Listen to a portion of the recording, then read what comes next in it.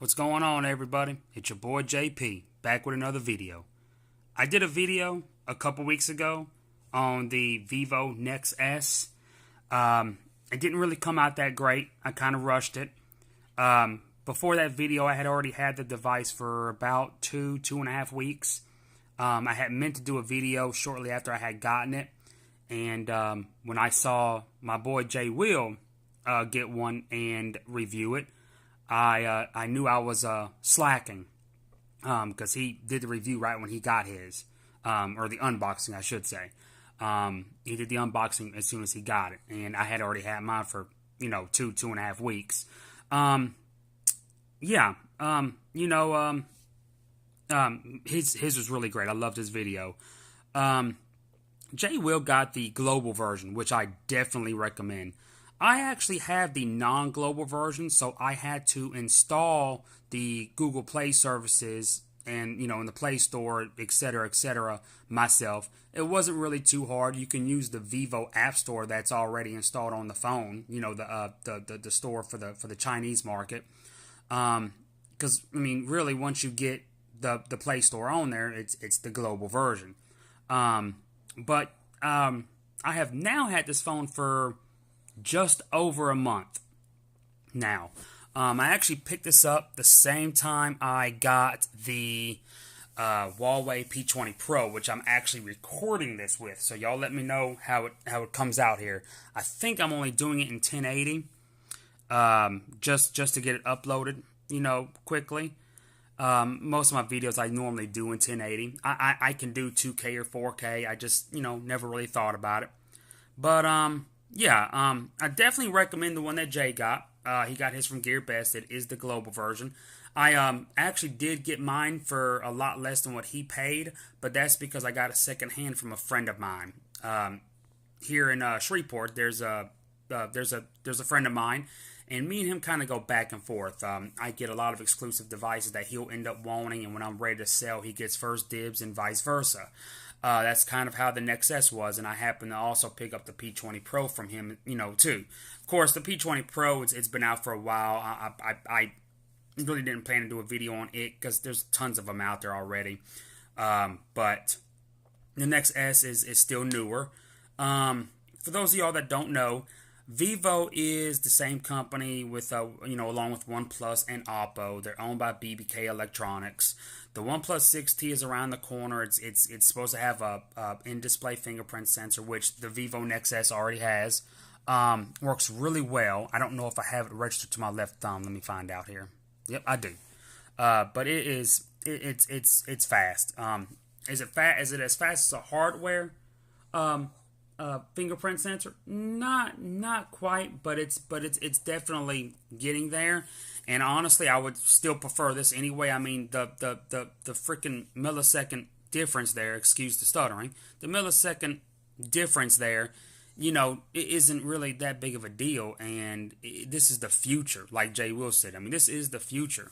And what this phone is also known for, also unique for, something that you will not see on the OnePlus 6T, is the slide-out camera. Notice how this device, it has an 18:9 aspect ratio, but it is seriously all screen. Look at that, all screen.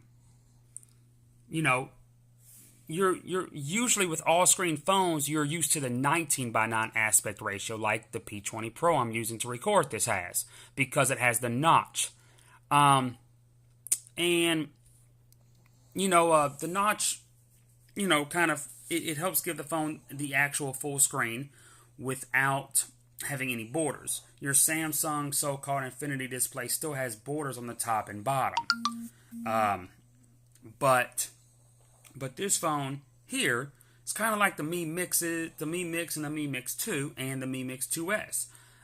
There's virtually no borders, and now, in the Mi Mixes, there's still a bottom chin because that's where Xiaomi decided to put the front-facing camera, and it's a really awkward spot on those. I've had the Mi Mix 1 and 2, not the 2S, but the camera's in this little corner over here, so you have to turn the phone upside down to take a selfie. Now, of course, the software in the Xiaomi's know to flip it after it's taken, so that you don't have to go back in and rotate it or anything. But it's still kind of weird and inconvenient to have to turn it upside down to take your picture, your selfie. Um, and this phone has is really the future. Right now, phones like the upcoming OnePlus 6T, the upcoming Honor 8X, they are adopting a smaller water drop notch, kind of like what the Essential had already had to begin with before the iPhone 10 even came out.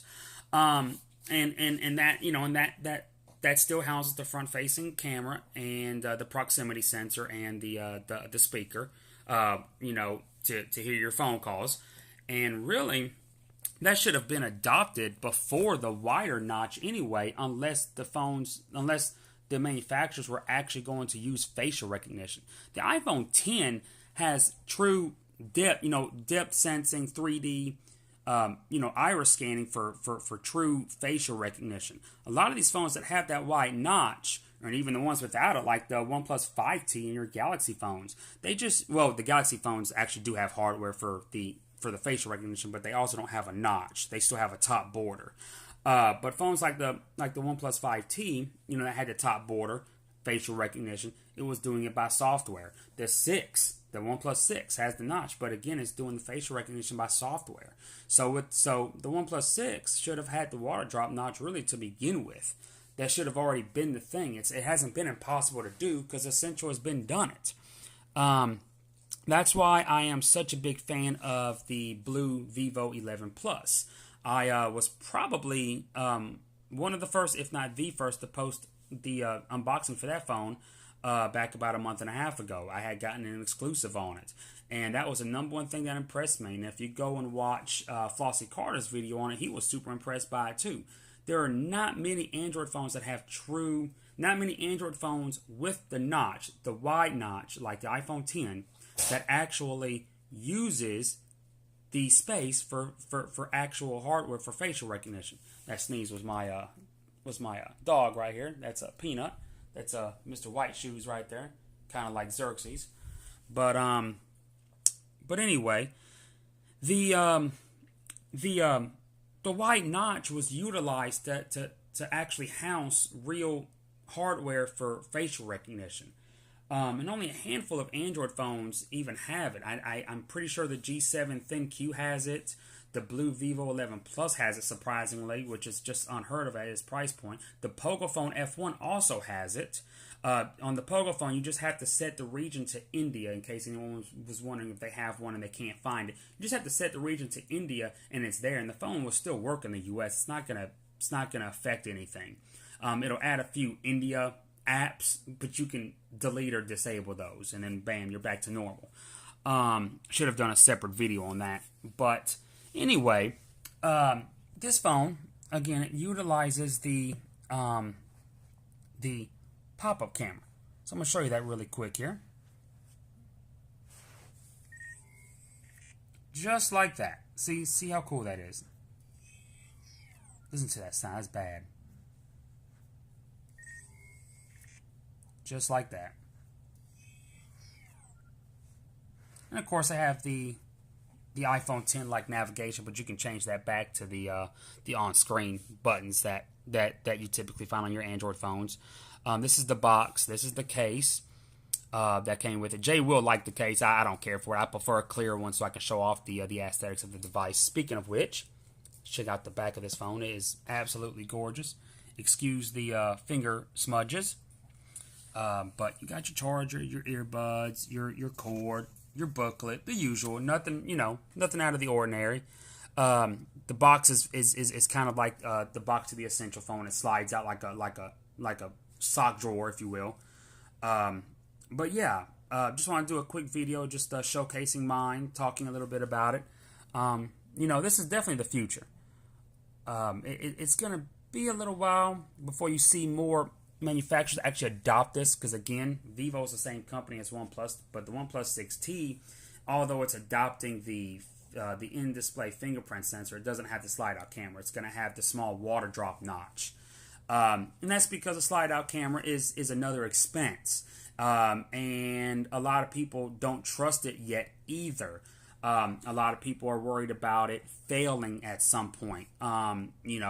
Breaking. How much is it going to cost to repair? Is it going to cost as much as the phone to repair? So just a lot of questions there.